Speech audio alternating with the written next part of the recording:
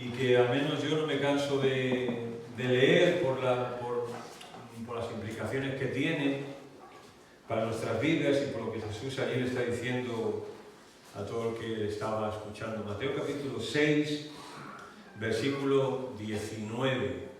Mateo 6, versículo 19 dice así la palabra del Señor: no os hagáis tesoros en la tierra, donde la polilla y el orín corrompen, y donde ladrones minan y roban, sino haceos tesoros en el cielo, donde ni la polilla ni el orín corrompen, y donde ladrones no minan ni hurtan. Porque donde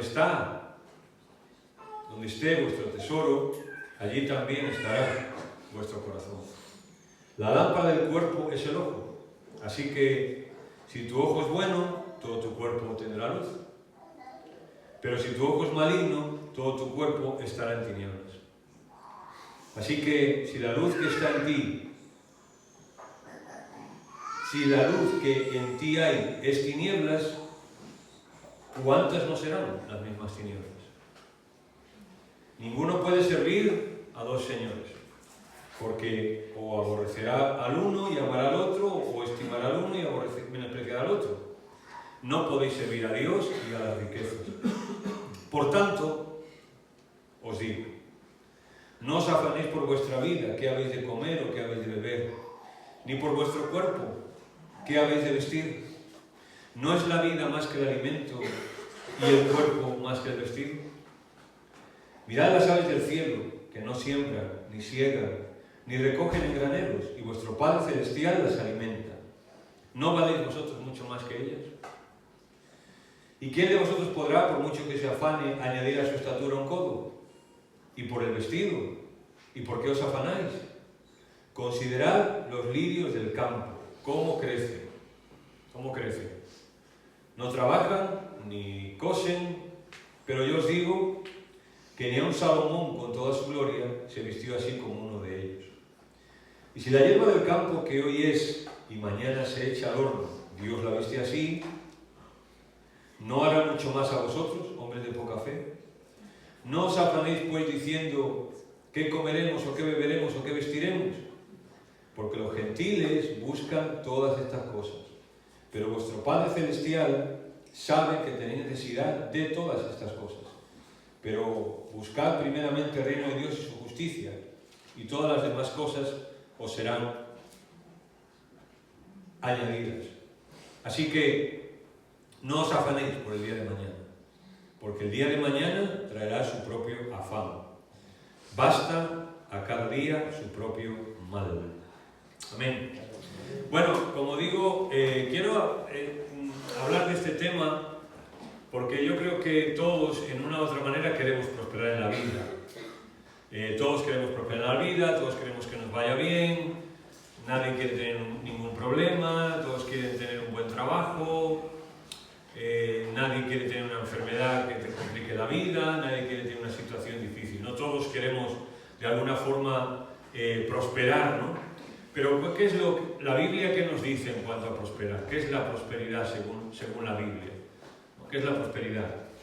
Para empezar, un escritor, hace mucho tiempo, yo lo he mencionado alguna vez, escribió esta frase: Dios no quiere que seamos felices, sino que seamos santos. Eso para empezar, ¿no? Dios no quiere que nosotros seamos felices, o al menos felices aquí, porque la felicidad aquí no existe. No existe. ¿Por qué no existe la felicidad aquí? Porque la felicidad es ausencia de problemas. Por tanto, aquí eso no existe, la felicidad aquí en esta vida, digamos. Pero Dios no persigue tanto que nosotros seamos felices, que nos vaya siempre bien, sino que seamos santos. La palabra santo sabemos que significa apartados. Por tanto, Dios tiene un plan o un propósito para cada uno de nosotros. Nos aparta para algo, nos aparta en algo, nos aparta para formar parte de algo siempre, ¿no? Y eso no siempre es bueno para nuestras vidas. No siempre es bueno para nuestras vidas. A veces, ese propósito que Dios tiene al apartarnos, para parecernos a Él, no es un buen propósito aparentemente, sino que puede ser incluso malo. Puede ser una circunstancia negativa, puede ser una prueba, puede ser una enfermedad, puede ser una circunstancia difícil en la vida. Pero eso no quiere decir que Dios no nos quiere, que Dios no nos ama o que Dios no se interesa por nosotros, sino que Él tiene un plan para cada uno de nosotros y a veces ese plan no coincide con el nuestro. Y muchas veces lo difícil es llegar a entender o a asumir o a creer o a confiar que ese plan que Dios tiene para mi vida, aunque no era el que yo pensaba, pero es el mejor. Para eso hace falta fe. Vivimos en un país, ¿no?, cuyo lema es el estado del bienestar. Desde hace mucho tiempo ya en el mundo, sobre todo en el mundo occidental que se llama, hay una religión casi, ¿no? Es el estado del bienestar. Es estar lo mejor que puedas, lo que he dicho antes, ¿no? Que no te falte de nada, que siempre tengas trabajo, una buena jubilación, una buena casa, que nunca tengas problemas, que te atiendan bien en el hospital, que cuando te mueras no pase ni siquiera un dolor, que te atiendan, o sea, todo eso, ¿no? Porque queremos vivir bien realmente. Pero lo dicen porque no tienen a Dios, esas personas. Y por tanto, pues es lógico, si yo no tengo a Dios y si yo pienso que la vida solamente es esto, pues entonces vivir lo mejor que pueda, ¿no? Y disfrutar lo mejor que pueda y pues apaga el transistor y solo se vive una vez, como cantaban las Azúcar Moreno, ¿no? Azúcar Moreno, cantaban así, ¿no? Pero vivimos en una sociedad en que, como digo, el versículo favorito de la gente es Proverbios 59:34, que dice, solo se vive una vez. Solo se vive una vez. Y esa es la idea, bueno, como nos vamos a morir un día, como todo se va a acabar, como aquí no hay nada más, pues entonces, pues vive, porque solo vas a disfrutar una vez. O otro versículo favorito de la sociedad de hoy, Proverbios 137:1. Dale a tu cuerpo alegría, Macarena. Ese es claro, porque, a ver, yo lo entiendo, yo antes de conocer al Señor, yo no sé tú cuándo conociste al Señor, pero yo antes de conocer al Señor, ese era mi versículo también favorito. Pues yo no creía que cuando me iba a morir, se acababa todo y solo tenía una oportunidad de vivir aquí, por tanto, pues disfruta lo que puedas, ¿no? Lo que pasa es que yo me metí en problemas como otros y al final esas cosas que nosotros buscábamos para divertirnos, pues terminó enganchándonos y trayendo a nuestra vida un montón de problemas. Pero si Dios no existe, este es el lema, o sea, si Dios no existe realmente y si solo esta vida, si te dedicas a estar en un convento ahí rezando, pues es que eres un tonto, ¿no? Eso está claro, ¿no? Eso está claro. Así que, pero esta es la idea. Lo quiero decir para cómo prosperar bíblicamente. ¿Cuál es la idea de la Biblia? Jesús dijo, ¿no? Y les dijo, mirad y guardaos de toda avaricia, porque la vida del hombre no consiste en la abundancia de bienes que posea. O sea, Jesús conecta la avaricia con la abundancia. Fijáis. Él dice, guardaos de la avaricia. Y ahora dice, ¿en qué consiste para Jesús la avaricia? Vivir en la abundancia, vivir solo pensando en la abundancia de bienes que posee. No sé si me estoy explicando. Sí, ¿verdad? Hay un cantante que a mí me gusta mucho, que a veces lo he mencionado, que es Fito, del grupo Fito y los Fitipaldis, y él tiene una canción que dice esto: nunca tendrás suficiente, te matará la avaricia. Creo que te mereces todo lo que no necesitas. Y hoy día la sociedad es esto, ¿no? ¿Cuántas cosas no tenemos que ni siquiera necesitamos? ¿Cuántas cosas? Como sabéis, Loida, pues a veces ha ido aquí a una casa o a cuidar niños a un sitio, así algo esporádico y tal, y a veces pues le han regalado ropa con la etiqueta, o sea, con la ropa de marca, de niño o de chavalitos así, con la etiqueta puesta. O sea, ni siquiera lo han usado, ¿no? Entonces, por eso digo que vivimos en esto, ¿no? En la avaricia, en que la vida consiste en tener, en estar bien, en disfrutar, en pasarlo bien. Otro Dios que tiene la sociedad hoy es el entretenimiento. O sea, tú vas hoy, el entretenimiento hablo de salir a comer, de ir al fútbol, de ir a un concierto, a un musical, a donde sea. Intenta ir a un sitio de esos de un día para otro. Inténtalo. No puedes. O sea, tú vas a un musical, tienes que reservar la entrada 3 años antes. No, estoy exagerando, ¿no? Pero si no, no hay. O intenta ir a ver un partido de fútbol. Es que El otro día estábamos viendo un partido de la NBA en casa con los chavales y decía que era un partido concreto y costaba, y se habían acabado las entradas hace no sé cuánto, 2 meses por lo menos. Y era un partido de Boston Celtics contra Los Ángeles Lakers. Esos son los 2 equipos de la NBA que más títulos tienen. Y estaba explicando el narrador que arriba de todo, que tienes que ver a los jugadores con un telescopio, $3.000 costaba una entrada. Bueno, pues se peleaban por él. O sea, estamos en eso, ¿no? El entretenimiento es un Dios. Y Jesús dice, guardaos de todo eso. Sí, la Biblia es un libro de bendiciones, claro que sí, pero de bendiciones espirituales. La Biblia es un libro de bendiciones espirituales. La Biblia nos promete bendiciones espirituales. Y aun cuando lo que yo tenga que vivir sea una circunstancia negativa y difícil, aún ahí hay una bendición. Pero a lo mejor no física, no material, pero sí hay una bendición espiritual. Aún las bendiciones materiales son para dar gloria a Dios. Por ejemplo, en el Antiguo Testamento, la tierra que Dios le da al pueblo de Israel era para dar testimonio. O sea, les da una tierra magnífica, que fluía leche y miel, una tierra impresionante. Y Dios les dice que esa tierra no se las da para que vivan ahí debajo de una hamaca, no, sino para que vivan dando testimonio a Dios y al mundo a través de esa tierra. Y sabemos que cuando Dios les dio aquella tierra y ellos empezaron empezaron a vivir con avaricia, y empezaron a desear lo que los demás tenían, y las cosas que los demás tenían, y las cosas que los demás hacían, y todo eso, ¿qué pasó? Dios los tuvo que echar de la tierra. Dios los tuvo que echar de aquella prosperidad en la que estaban, y entonces de esclavos, para que pudieran entender las cosas. O sea, ¿qué pasó cuando se enredaron en las costumbres y la cultura de Canaán? Pues que Dios los echó. Martín Lutero compuso un himno que una de las partes dice: no ambicionamos gloria ni poder. No ambicionamos gloria ni poder. O sea, ¿qué entendemos nosotros en nuestra vida por prosperidad? ¿Qué entendemos porque Dios nos esté prosperando? ¿En qué circunstancias entendemos que Dios nos prospera? ¿Qué Él nos tiene que dar para que nosotros entendamos que Dios nos está prosperando? ¿Qué es lo que tenemos que disfrutar para que entendamos que Dios nos está prosperando? Y muchas veces, cuando pensamos en esto, pensamos en cosas solo. Pensamos en que Dios nos está prosperando cuando nos va bien, pensamos en que Dios nos está prosperando cuando estamos sanos, cuando tenemos dinero, cuando tenemos una casa muy bonita ya, estupenda y pagada, cuando podemos comprarnos un coche nuevo, tantas cosas, ¿no? Pensamos en cosas. Y Jesús les dice, guardaos de eso, guardaos de eso.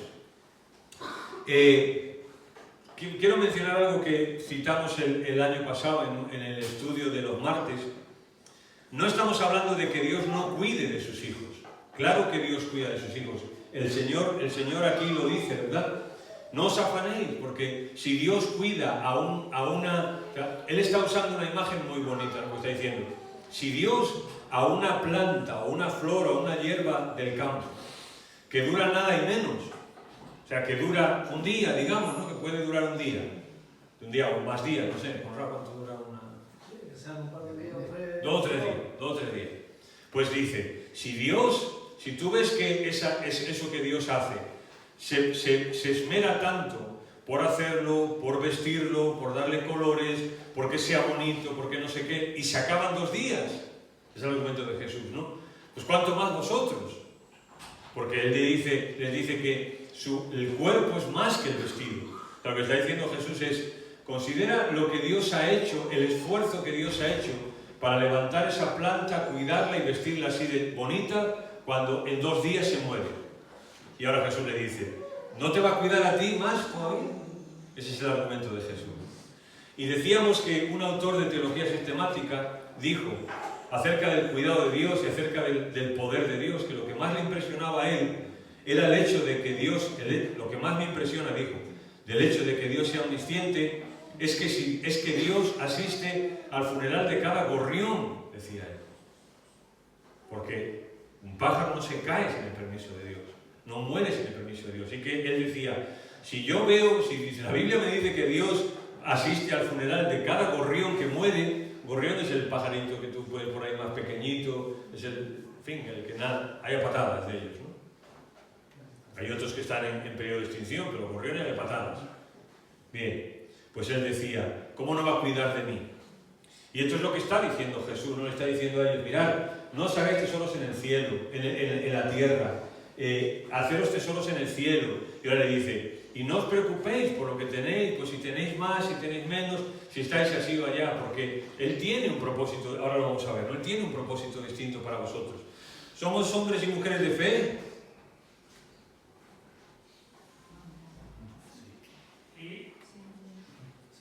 ¿Somos hombres y mujeres de fe? Sí. Pues la fe no son grandes cosas, si no es confiar en Dios. Porque a veces cuando pensamos en un hombre o una mujer de fe, pensamos en alguien que ha hecho no sé qué. No. La fe es confiar en Dios cada día. Según la Biblia, o según Hebreos, la fe es agradar a Dios. Y como dice allí el autor de Hebreos, y que es galardonador. Hay una cosa que es importante que creo yo que pensemos. Bueno, lo vamos a decir ahora, ¿no? Pero como ahora lo voy a conectar ahora mismo, ¿no? Muchas veces nosotros pensamos, cuando hacemos las cosas para el Señor, ¿no? Que tenemos que hacerlas por hacerlas, que tenemos que hacerlas por obligación, que bueno, que siervos inútiles somos, todo eso. Pero Jesús nos ofrece, en la Biblia está, Jesús nos ofrece una recompensa por hacer las cosas bien. Jesús promete una recompensa por hacer las cosas bien. Y cuando tú haces algo en la vida, siempre buscas una recompensa. Piénsalo. En todo lo que tú haces, buscas una recompensa. Porque es humano buscar una recompensa. Si tú quieres a una persona, si tú quieres a tu mujer, la quieres también porque tú esperas que ella te quiera. O sea, estás buscando una recompensa en todo. En el trabajo estamos buscando una recompensa. En todo. Entonces, ¿por qué no?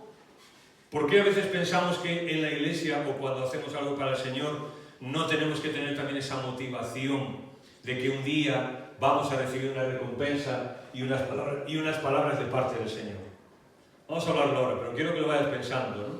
O sea, tengo que hacer algo pues, diciendo, bueno, yo... Vamos a ahora hablar, por eso digo que quería empezar a conectar. Hay algunas frases, por ejemplo, Dios nunca te da algo que no puedas manejar. Dios nunca te da algo que no puedas manejar. Y nunca te quita nada sin lo cual no puedas vivir. ¿Sí? ¿Estáis de acuerdo? Dios no te da algo que no puedas manejar. Y si te lo da, es que no lo puedes manejar. O sea, ahora entendemos por qué algunos de nosotros no somos ricos, ni millonarios. Tal vez porque no lo podríamos manejar. A ver, que tú dices, no, yo con mucho dinero lo podría... Pues no todo el mundo, ¿eh? Hay muchos casos de gente que les ha ido bien o que les ha tocado millones en la lotería y luego después ha sido un desastre para sus vidas. O sea, tener mucho dinero, mucho dinero, no es fácil tampoco. Así que si Dios no nos lo da, pues será por algo. También hay una frase, si Dios no nos da lo que pedimos, es porque nos tiene preparado algo mucho mejor. Y ahora aquí es lo que estaba hablando antes. Las bendiciones, ¿qué buscamos? ¿Bendiciones materiales de parte de Dios o bendiciones espirituales de parte de Dios? Es otra frase, es mejor que Dios nos dé lo que necesitemos y no lo que queremos. Es mejor que Dios nos dé lo que necesitamos y no lo que queremos.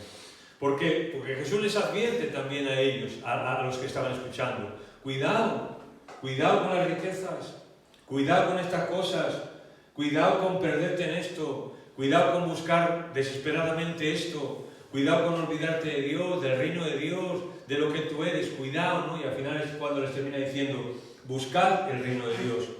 De todas las bendiciones de su vida, vamos a hablar de David un momento, no vamos a hablar del Salmo 23, pero vamos a pensar en el Salmo 23. Posiblemente es un salmo que él escribe al final de su vida, David. De todas las bendiciones de su vida, y un rey en aquellos días lo tenía todo, no es como Felipe VI ahora, que tiene que dar cuenta de lo que gana, de lo que tiene que tener cuidado, no le vayan a regalar un cuadro, porque entonces ya sobre todo a la izquierda, no, van a por él, no, es broma, van a por él, pero porque es así, no es una figura. Hoy día un rey es distinto, antes no era así. Antes un rey tenía lo que le daba la gana, no tenía que dar cuenta a nadie, hacía lo que quería, tenía todo. Bien, pues de todas las bendiciones que David podía tener como un rey, en este salmo, que es al final de su vida, recuerda solo las bendiciones espirituales. Eso es lo que recuerda él, solo las bendiciones espirituales. Y yo estaba pensando, ¿qué diferencia con Salomón y el rey David? Dos reyes, David y Salomón. ¿Qué diferencia uno del otro? Salomón no es santo de mi devoción, digamos. Salomón no, pero Salomón escribe también un testamento al final de su vida, que es Eclesiastés, ¿no? Y Eclesiastés es un libro que da pena leerlo, a excepción de 2 versículos. Eclesiastés es una pena leerlo, porque tú dices, bueno, pero ¿a qué me estás contando, Salomón? ¿Qué diferencia? Bueno, en fin, no quiero hablar de eso, pero... Y al final 2 versículos para decir, bueno, pues teme a Dios y tal. ¿Qué diferencia con la vida de David? Cuando David deja uno de sus legados, que es el Salmo 23, menciona solo las cosas espirituales que Dios le había dado y era para él. Lo más importante para él en su vida, que eran los tiempos a solas con el Señor. Lo dijimos cuando hace 2 años o algo así hablamos en la iglesia aquí del Salmo 23, ¿verdad? David, el rey de Israel, ocupado, un rey sí que estaba ocupado y hacía tantas cosas, ¿no? Y él, uno de sus momentos que él tiene que recordar para dejar a la gente de lo que él había hecho, está diciendo, el Señor es mi pastor, nada me faltará. O sea, él está recordando sus tiempos de jovencito, de adolescente, con las ovejas de su padre, cuidando las ovejas de su padre. En el campo, él solo, él, las ovejas y el cielo por techo. Y él está recordando todo aquello, ¿no? Y está diciendo de los mejores momentos en mi vida. Los mejores momentos en mi vida no fueron como rey, no fueron cuando logré vencer a los enemigos, no fue cuando me ascendieron a rey, no fue cuando hizo otras cosas, sino esos tiempos a solas con el Señor. Para que nosotros entendamos cómo prosperar bíblicamente, tenemos que entender qué es lo que de verdad valoramos en la vida. Ayer lo comentábamos con los jóvenes, ¿no? ¿Qué valoro en la vida más? ¿Cuál es mi prioridad en la vida? ¿Cuál es mi meta en la vida? ¿Qué cosas para mí son más importantes? ¿Qué cosas dentro de nuestra familia son más importantes? ¿Qué cosas en mi trabajo son más... O sea, ¿qué es lo que valoramos realmente? David era el pastor de Israel, ¿no? David era el pastor de Israel. Porque los reyes eran llamados pastores. Y cuando él al final escribe este salmo, aunque él era el pastor de Israel, nunca se olvidó de que él era oveja. Nunca se olvidó de ser oveja. Nunca. Y a pesar de que él fue un rey que tuvo que administrar un reino con todas las dificultades que él tuvo, y con todo lo que él tuvo, y con todo lo que él tenía que hacer, y pastorear y ayudar a otros, él nunca se olvidó de que primero él era una oveja del Señor. Claro, y así valoró él realmente su vida. Y una de las características de la oveja, pues es la dependencia diaria del pastor. La dependencia diaria del pastor. Ayer comentábamos con los jóvenes, ¿no? Jesús es nuestro mejor amigo. Jesús es la persona más importante de nuestra vida. Jesús es la persona más fascinante del universo. ¿Sí? ¿Sabéis cómo podemos contestarlo? Hoy por la mañana, antes de venir aquí, ¿cuánto tiempo has pasado con él? O ayer por la mañana, cuando te levantaste, ¿cuánto tiempo pasaste con él? Eso demuestra qué tan importante es para nosotros él. Y no, prosperar bíblicamente es eso, es levantarme un día y tener que lo mejor que tengo es al Señor en mi vida. Y que puedo hablar con él, y que puedo sentirlo a mi lado, y puedo sentir su presencia, y puedo adorarlo, y puedo darle gracias, y puedo decirle, Señor, cuídame en este día. Pensemos en algunos de nuestros hermanos, los voy a poner así, hemos hablado de ellos, algunos. David Brainerd, un muchacho que se va de misionero a los indios en Estados Unidos. Y se describe por una persona de entrega total al Señor. Él era misionero, se descubrió pronto que tenía tuberculosis, Y en vez de irse a que se cuidara, a cuidarse y a estar bien ya y a lo mejor durar 74 años más, se fue de misionero y duró 4 años. Murió con 29 años. Con 25 se fue de misionero y duró 4 años. Entrega total. Un hombre que tenía claro cómo prosperar, qué era la prosperidad bíblica. Jorge Müller, fe ante todo, es una persona que es reconocida como su fe ante todo. Persona que administró orfanatos, ayudó a misioneros en todo el mundo. Jim Elliot, lo mataron los indios en el Amazonas, los Aucas, y él dijo aquella frase: no es tonto aquel que deja lo que no puede retener para ganar lo que no puede perder. Y eso es lo que está diciendo Jesús. No es tonto aquel que deja riquezas y fama y otras cosas que son cosas que no puedes retener para ganar lo que no puedes perder. Eso es lo que está diciendo Jesús, lo que dijo Jim Elliot. Eso está diciendo: no os afanéis por estas cosas, por las riquezas, por las cosas materiales, porque no lo podéis retener. Esforzaos por otro tipo de cosas que, aunque aparentemente perdáis, no lo vais a ganar aquello que no podéis perder. Por ejemplo, Jesús dice: no, haceos tesoros en el cielo. ¿Qué está queriendo decir Jesús con hacerse tesoros en el cielo? ¿Que un día nos vamos a llevar la cuenta corriente al cielo? ¿Sí? ¿Está diciendo eso? Que un día la casa de la monacilla va a ser succionada y va a ir al cielo así, tal cual. No, aquí se va a quedar.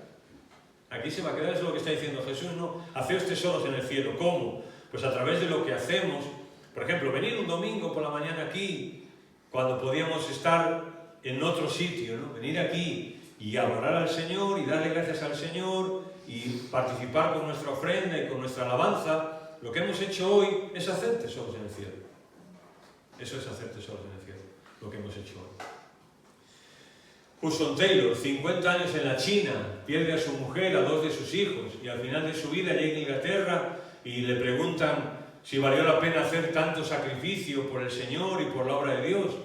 Y él dice: ¿cuál sacrificio? Nunca he hecho ningún sacrificio. Y léete la historia de Hudson Taylor, cómo las pasó, ¿eh? Las pasó, pero malas, ¿eh? Y con muchas dificultades, con muchos problemas durante 50 años allí. No tuvo un día fácil ese hombre en China. Cuando le preguntan: oye, ¿qué sacrificio? ¿No? Y dicen: ¿cuál sacrificio? Eso contrasta, ¿no? Contigo y conmigo contrasta un montón. La verdad. Porque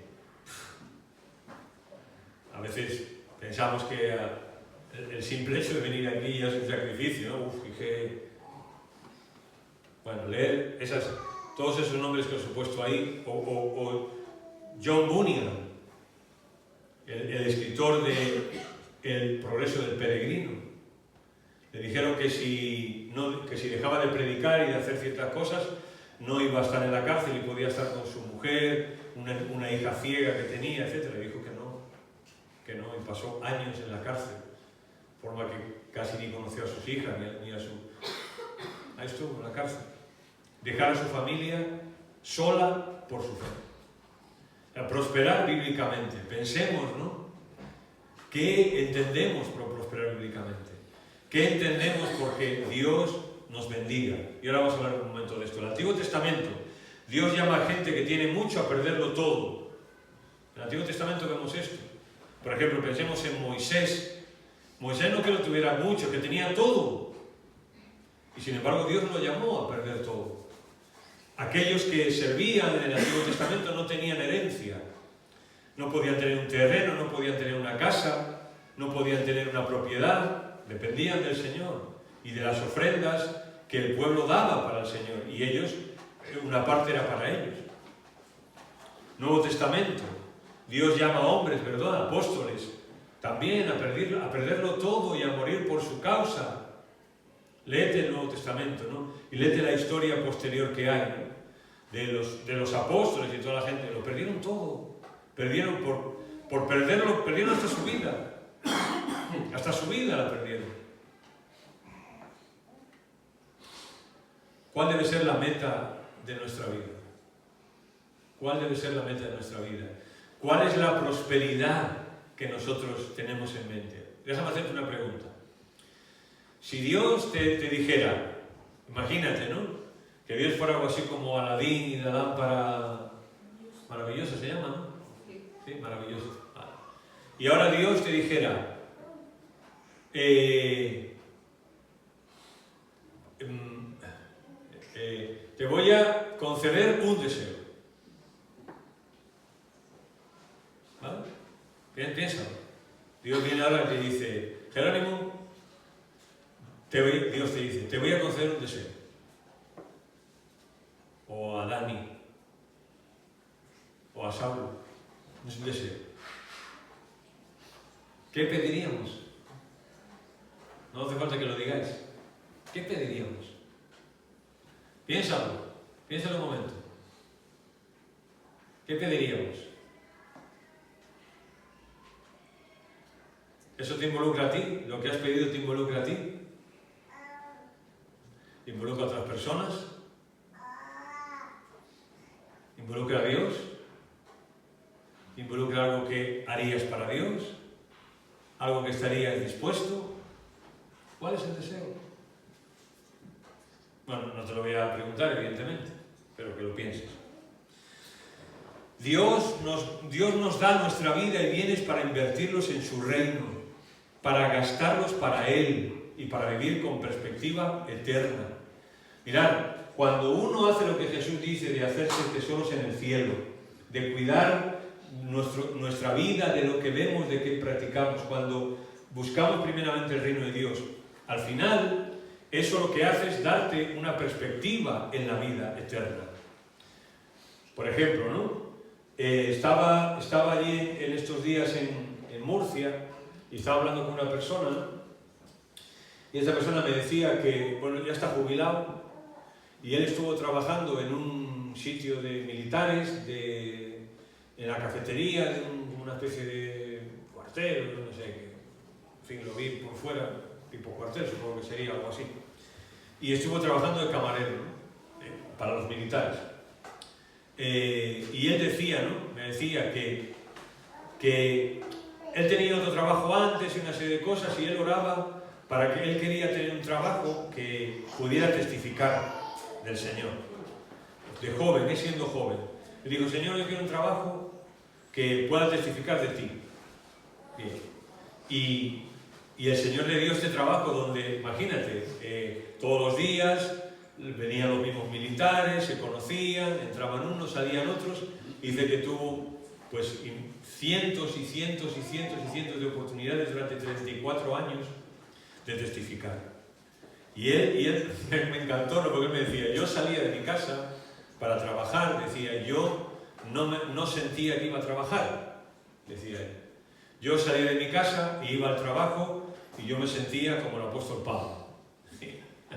Decía, me sentía como el apóstol Pablo porque iba a un sitio donde iba a encontrarme con gente que no era cristiana y tenía que testificarle. O me sentía como un misionero, pues yo salía de mi casa, ¿a qué? Era un misionero y salía a testificar. Donde estemos. Ayer, por ejemplo, te voy a mencionar, perdona, pero ayer Dani me decía, ¿no? Dani, que había estado hablando ahí en el instituto, bueno, la universidad donde está, que había estado hablando con un profesor que era católico y estuvo hablando con él y tal, y yo no, pues, qué bien, ¿no? Qué bien que donde el Señor nos ponga, pues, hablemos del Señor, ¿no? A los demás, ¿no? Y él me decía, bueno, pues que yo no sabía qué responderle y tal, porque, pues no, él le respondió bien, pero bueno, me decía, bueno, a ver si tú puedes ir un día y tal, pero me refiero a esto a que lo importante es eso, ¿dónde estamos? ¿En qué hacemos diariamente? ¿No? Pues es una oportunidad también para testificar. A veces ya sabéis cómo interpretamos Deuteronomio 28 al 30. ¿Recordáis Deuteronomio 28 al 30? Habla de, Dios dice allí, bueno, si obedecéis, yo os voy a bendecir. Y si desobedecéis, yo os voy a maldecir. Pero ¿qué entendemos por bendecir ahí de parte de Dios, ¿no? De nuevo, pensamos solo en las cosas materiales, pero ¿en serio que Dios nos va a bendecir con caramelitos por una vida entregada a Él o perseguimos algo más grande? Cuando pensamos en las bendiciones de Dios, ¿en qué pensamos? ¿En que Dios nos va a dar algo más de dinero, una casa mejor, un trabajo mejor? Lo cual yo he puesto aquí, esos son caramelitos. ¿O pensamos en algo más grande? Cuando Dios nos está bendiciendo, ¿para qué o a qué nos está bendiciendo? Y ahora voy a hablar de una persona. ¿En serio? ¿En serio que yo sacrifico mi cuerpo, lo golpeo, lo pongo en servidumbre para tener una buena casa, un buen coche? Lo que busco cuando obedezco al Señor y renunciar a tantas cosas como tengo que renunciar es para tener mejores cosas. ¿En serio? ¿O en serio vivo una vida de santidad, renunciando a otras cosas por una buena jubilación o una cuenta del banco? ¿En serio que eso es lo que pensamos? Insisto, leamos este pasaje cuando lleguemos a casa. Jesús dice, no os afanéis por estas cosas. José, ya lo he mencionado yo alguna vez y lo vuelvo a repetir porque bueno, no está mal repetir las cosas, ¿no? Pero José, la vida de José, cuando vez tras vez ahí en la historia de la vida de José nos dice que Dios estaba bendiciendo a José. Y Dios bendijo a José. Y Dios bendijo a José. Y Dios bendijo a José. Pero cuando tú te pones a ver cuál era esa bendición, ¿cuáles eran las bendiciones a José? Hasta el final, ¿no?, de su vida, pero ¿cuáles eran? ¿Lo sabéis? ¿Lo recordáis? Sí, está preso. Pues la bendición de Dios para José era que lo metieran preso. O que sus hermanos casi lo mataran.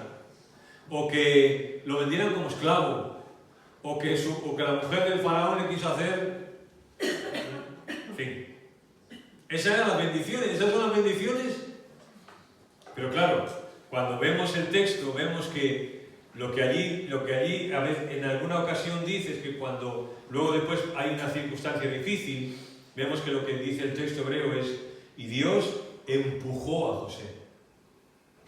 Dios empujó a José. Es como que José está y Dios quiere hacer algo a través de su vida, ¿no? Y Dios lo bendice empujándolo. Empujándolo a la cárcel. Y tú dices, pues si Dios me ve, pues ¿cómo será una maldición? Si esa es una bendición, ¿no? Pero es que al final fue una bendición. Y no vemos en ningún momento a José quejarse de su situación, quejarse de sus problemas, incluso al final con sus hermanos, ¿no? Y dice, pues esto es lo que yo estaba esperando, lo que yo estaba deseando, ¿no? Así que Dios me ha traído aquí para bien. Es decir, ¿cuál es el resumen de nuestra vida? ¿Cómo resumimos tú y yo nuestra vida? No a partir de hoy, sino hasta hoy. ¿Cómo Dios nos ha bendecido? ¿Cuándo hemos considerado que algo de parte de Dios era una bendición para nosotros? ¿Siempre hemos identificado la bendición de Dios cuando nos ha dado lo que hemos pedido? ¿O nos ha concedido lo que nosotros queríamos? ¿O hemos visto la bendición de Dios a veces también cuando nos ha empujado? Nos ha empujado algo que no queríamos. Nos ha empujado algo que no esperábamos. Nos ha empujado algo con lo que no estábamos de acuerdo ni siquiera. Pero al final ha sido prosperar bíblicamente. Porque esa es la prosperidad bíblica. La prosperidad bíblica es que Dios nos estará empujando y llevando hacia lo que Él quiere. Esa es la verdadera prosperidad bíblica. Y como decía una frase que hace mucho tiempo leí, a veces nosotros queremos cambiar nuestras circunstancias, ¿verdad? Sobre todo las que son negativas, las queremos cambiar. Y es normal. Somos seres humanos, no somos masoquistas, y cuando tenemos un problema sufrimos. Y es normal que a veces esa situación que tenemos adversa queremos cambiar, o sea, tú y yo y cualquier hijo de vecino, ¿no? Eso es algo normal, natural en el ser humano. Pero leí una frase hace tiempo, que la hemos compartido aquí también. ¿Y si estamos queriendo cambiar aquellas cosas que Dios quiere utilizar para cambiarnos a nosotros? Porque cuando Dios envía o permite una situación en nuestra vida, ¿por qué la permite? Tantas veces es porque Dios quiere cambiarnos a nosotros. Y nosotros ahora vamos y le pedimos que Dios nos quite eso. Pero ¿y si eso es lo que Dios está utilizando para cambiarme a mí? No sé si entendemos esta frase bien. Fácil, ¿no? Bien.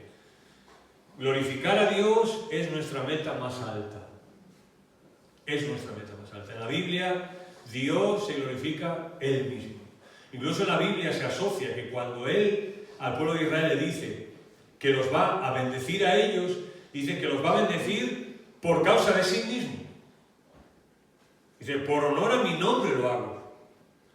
Está diciendo el pueblo de Israel, no te estoy bendiciendo por ti mismo, te estoy bendiciendo por mí. Y porque esto dé gloria a mi nombre. Eso ya es subir un peldaño también, ¿no?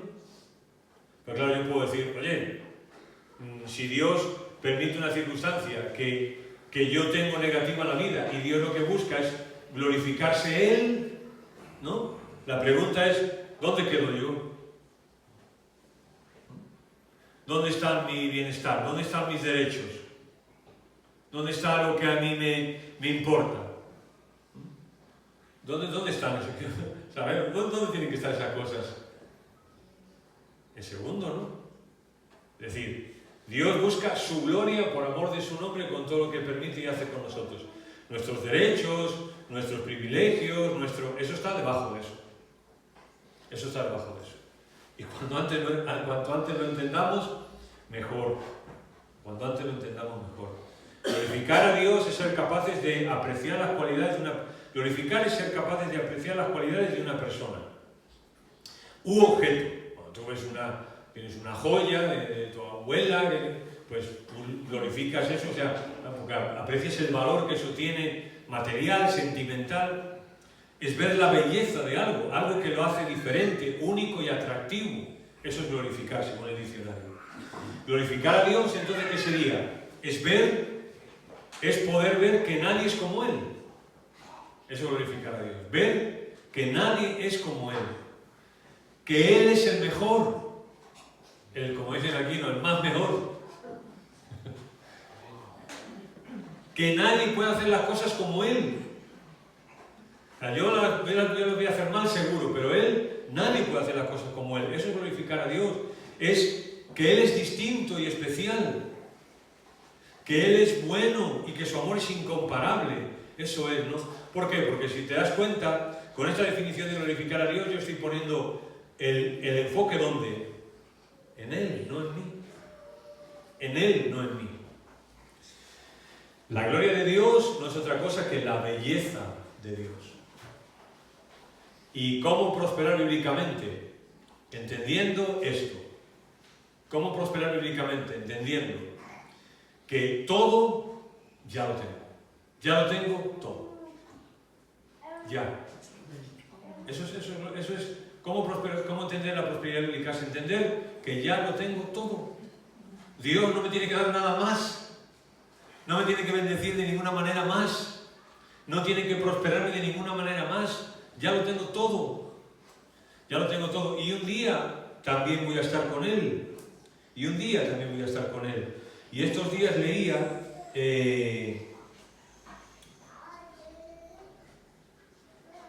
leía una frase de un poeta que estoy leyendo algunas cosas de él. Leerlo, por favor. Se llama John Donne. John Donne. Y él, en uno de sus poemas, escribió acerca de lo que era Dios para él y cómo él un día iba a ver y a disfrutar de la luz de Dios y de la gloria de Dios un día. Y él, al final de uno de los poemas, escribe y dice: no viviré hasta que vea a Dios. No viviré hasta que vea a Dios. Y cuando lo haya visto, no moriré. No viviré hasta que vea a Dios. Y cuando lo haya visto, no moriré.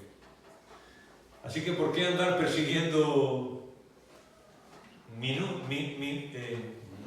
minucias? Glorificar a Dios es glorificar y disfrutar de algo por encima de otras cosas. Disfrutarlo no es una cuestión de solo creer en Dios. No es lo mismo creer que disfrutarlo. No es lo mismo creer que disfrutarlo. Y para poner a un lado las cosas materiales, tú tienes que disfrutar a Dios, no solamente creer en Él.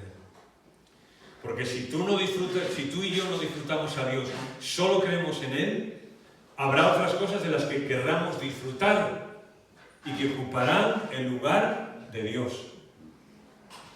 En estos días he estado pensando, llevo un tiempo pensando, que hay un tema del que nunca hablamos en la iglesia.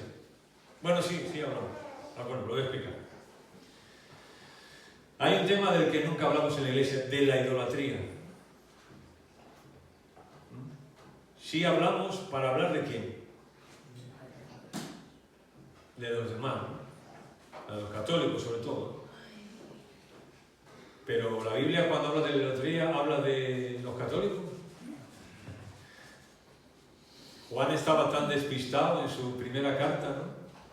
Estaba tan ennortado que al final de su primera carta dice: hijitos, guardaos de los ídolos. Y en una generación como la que vivimos, en un estado de bienestar como el que vivimos, creo que haría falta hablar de esto, ¿no? Porque siento que necesitamos estar alerta con esto, porque pensándolo, puede ser tan fácil caer en la idolatría en nuestra vida, ¿no? En poner otras cosas por delante de Dios, con tantas ofertas, tantas cosas que tenemos, tantas ocupaciones, tantas distracciones, tanto entretenimiento. La vida cristiana no es un trabajo, por más loable que sea. Es una persona. No es hacer, sino ser. Santidad e integridad apuntan a lo que hago cuando nadie me ve. ¿Cómo prosperar bíblicamente? Siendo personas santas e íntegras. Porque la santidad y la integridad es algo que yo hago cuando nadie me ve. Cuando estoy yo solo, cuando estoy yo sola, cuando nadie me ve. Y termino con esto. Jesús dice: buscad primeramente el reino de Dios y las demás cosas os serán añadidas. Bien, aquí hay un orden, ¿no? En el texto hay un orden claro. Primero, segundo, las demás cosas. Primero, segundo, las demás cosas. En el contexto, las demás cosas son añadiduras, o sea, lo necesario. Lo necesario no es más, léete el capítulo bien. Es lo necesario. Es estar conforme con que Dios me da lo necesario. Es ver la simpleza de una flor en el campo, que Dios le da lo necesario. Nada más que lo necesario. Y aún así, tú ves una flor y dices: oye, qué maravilla, ¿no? Pero si pongo la carreta antes que los bueyes, ¿qué pasa? Los bueyes no saben empujar, los bueyes tiran. ¿Me explico? A los bueyes no empujan, los bueyes tiran. Y si yo pongo la carreta delante de los bueyes, ¿qué va a pasar? La vida me va a tirar, me va a pinchar la vida, porque yo estoy poniendo los bueyes primero. Perdón, la carreta primero antes que los bueyes. Y los bueyes no tiran patas, los bueyes empujan. No sé si... Tal vez es un poco difícil de entender. ¿Es fácil de entender, Andrés? ¿Sí? No, si lo ha entendido Andrés ya...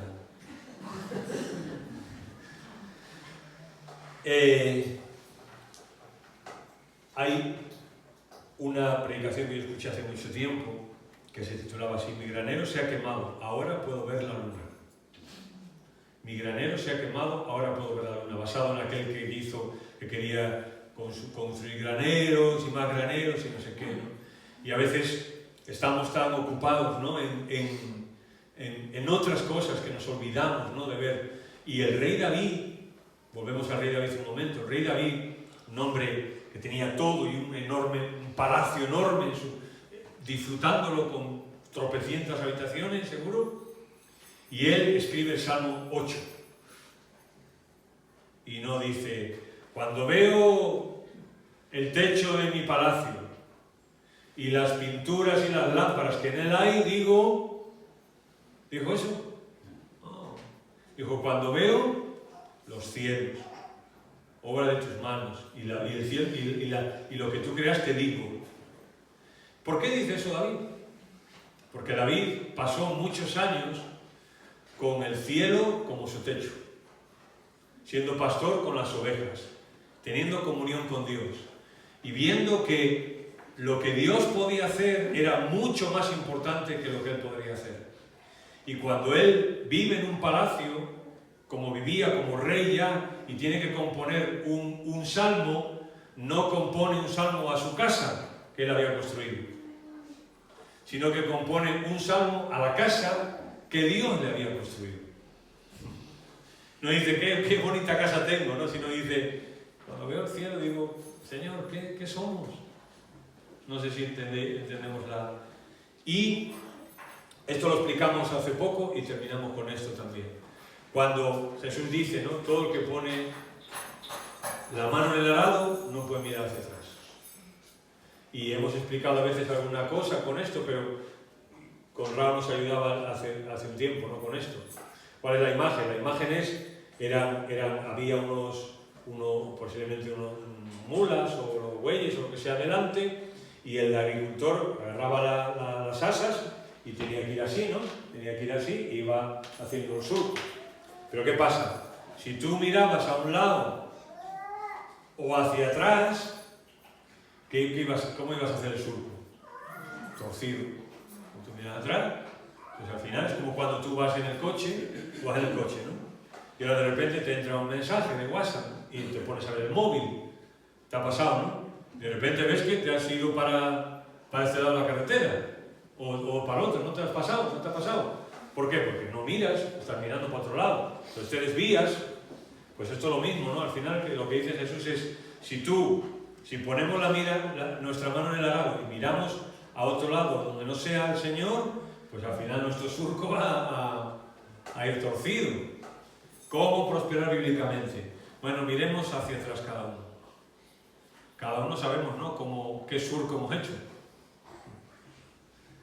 ¿Qué surco hemos hecho? ¿Cómo nos ha salido el surco a cada uno de nosotros?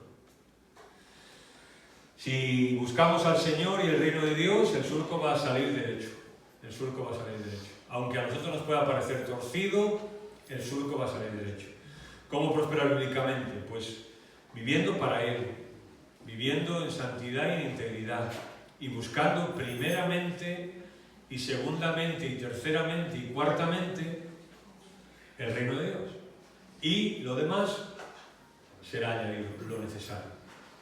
Oremos. Señor, gracias por tu palabra en esta mañana.